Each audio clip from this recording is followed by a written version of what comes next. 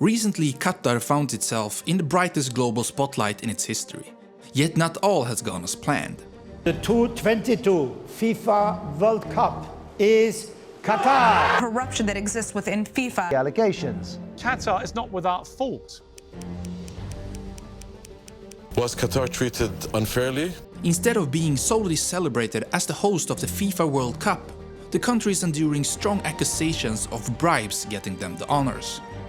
Although the burden for the bribe and working condition for the World Cup is on just a selected few powerful decision makers. It would be foolish to disregard the beauty and uniqueness of the peninsular Arabian Kingdom.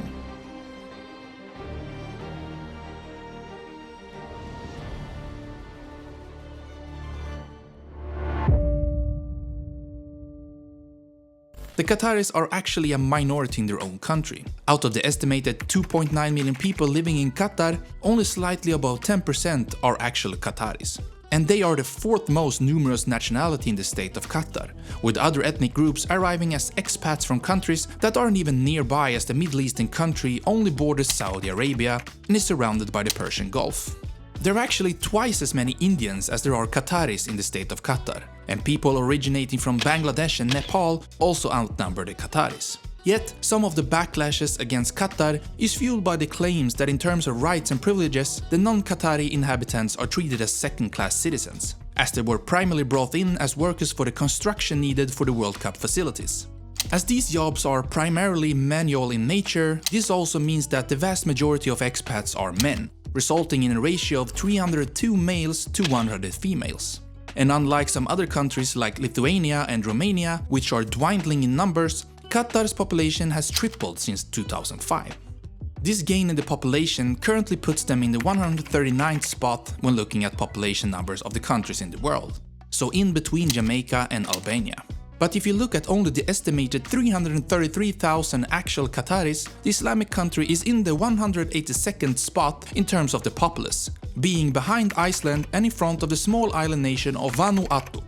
Qatar and Jamaica are once again similar in terms of numbers when looking at the country's size, with a peninsular country just edging the island of Jamaica to get the 164th spot in the world. The 11,586 square kilometers puts Qatar right behind the also aforementioned Vanuatu.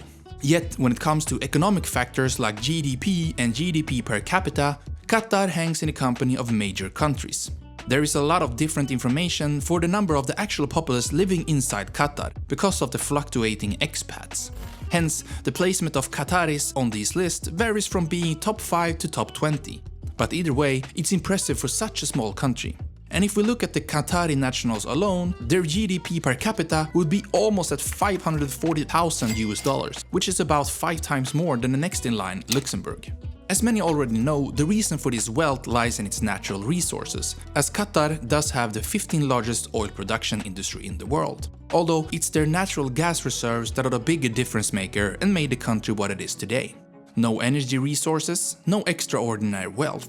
No extraordinary wealth, no World Cup. Bribes or no bribes.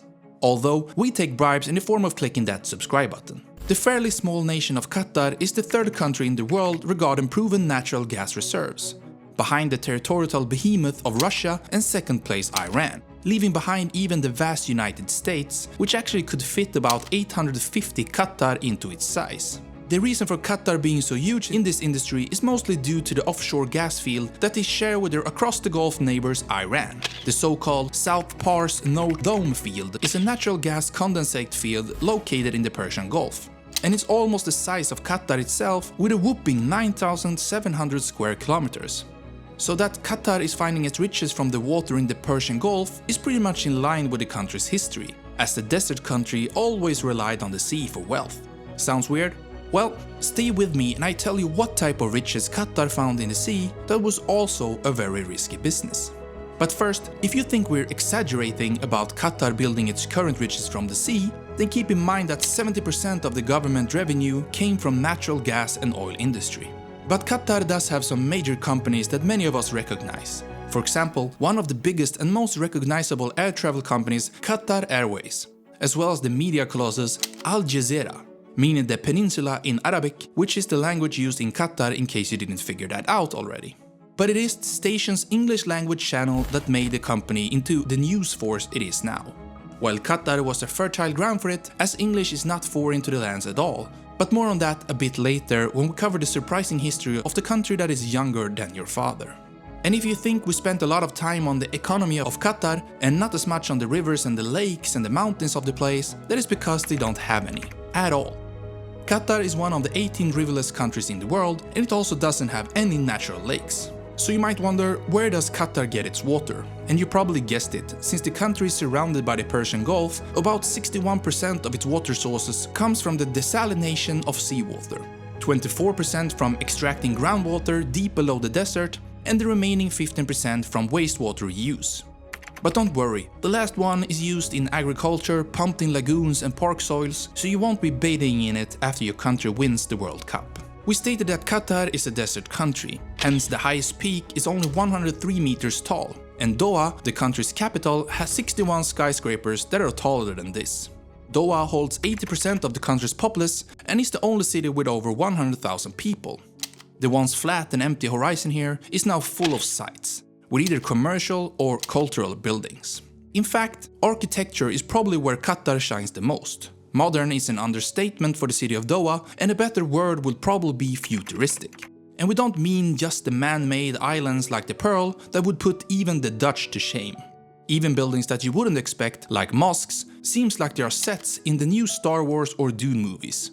And one building in particular is just an amazing sight. The National Museum of Qatar, the building is inspired by the desert rose, which is actually not a flower but a characteristic rock formation. But it's not only Doha that brings the feelings of futuristic. Qatar also offers sci-fi-ish experience outside of its urban areas, or area.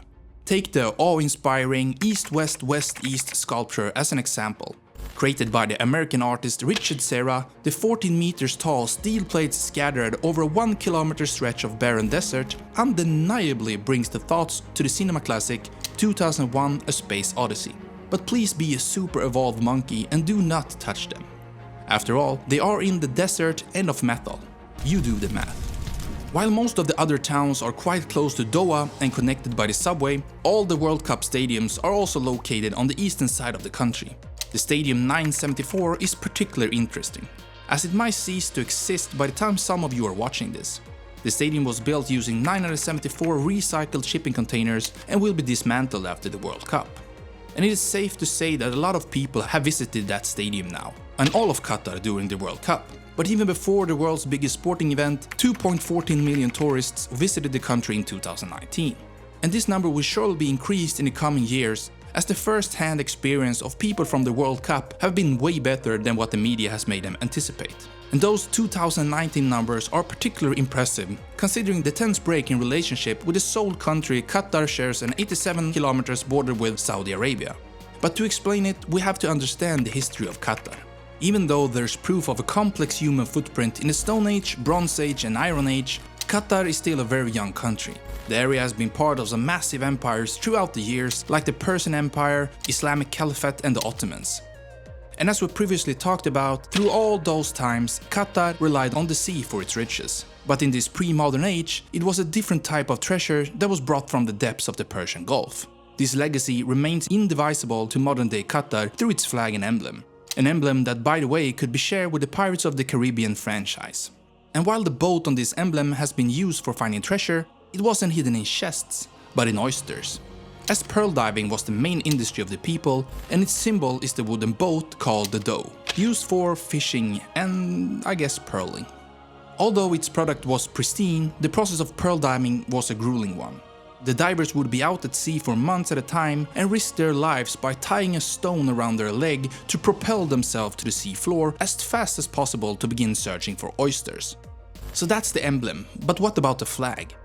The flag's peculiar color is a homage to the shellfish dye, produced as an extension of the pearling industry, and is actually called Qatari Maroon. And that's how you can differentiate between the flag of Qatar and the northwestern over the Gulf neighbors Bahrain's white and red flag. Also, Qatar's flag is far wider as well. But leaving the flag behind us and moving into how this young country formed. Just as in Europe when the Berlin Congress granted several nations their sovereignty in 1878, Qatar also sees the winds of change, and the ancestor of the current ruler of Qatar, Tamim bin Ahmad Al Thani, united the Qatari tribes in plans of evicting the Ottoman Turks. Something he sort of succeeded with after the battle at the Al-Wajba fort in 1893, a place that's now fully restored and a major tourist spot. Here, he earned their autonomy, but not their full sovereignty though. Then in 1916, Qatar became a British protectorate state, and this is why English is commonly used as a second language to this day, as Qatar gained its full independence only in 1971. Which also means that Qatar as a country actually is younger than the European football club it's backing, Paris Saint-Germain, which in turn is considered one of the youngest major clubs. But what all the money Qatar poured into PSG's transfer couldn't achieve in improving the image of the country, one athlete from Qatar did that and more with his actions. High jumper Mutaz Essabarjim famously asked the 2020 Olympic Games official whether he and the Italian competitor could share the gold medal after peaking at the same height, thereby becoming the first duo to ever share a gold medal at the Olympics, one of Qatar's 8 total medals in the competition. With all the riches and representing Islam, the country's religion, to the world, one would think that Qatar is a source of pride for the whole region. The truth, however, is due to Qatar backing several uprisings in the Arab world through Al Jazeera and direct financing, several countries like Saudi Arabia, United Arab Emirates, Egypt and others completed severe ties with Qatar in 2017. Saudis closed the land border, making the peninsula into an island effectively, while everyone closed their airspace for Qatar Airways. The issue was resolved as late as 2021 with the heavy involvement of the United States, which have a large military base in the Middle East just west of Doha. Clearly, small Qatar has high ambitions in just about everything. Not just tourism and sport-related things, but anything with wealth and power to do. But the country, just like the pearling process they're so familiar with, looks beautiful, but sometimes achieves its results with harsh actions, truly being a pearl in the making.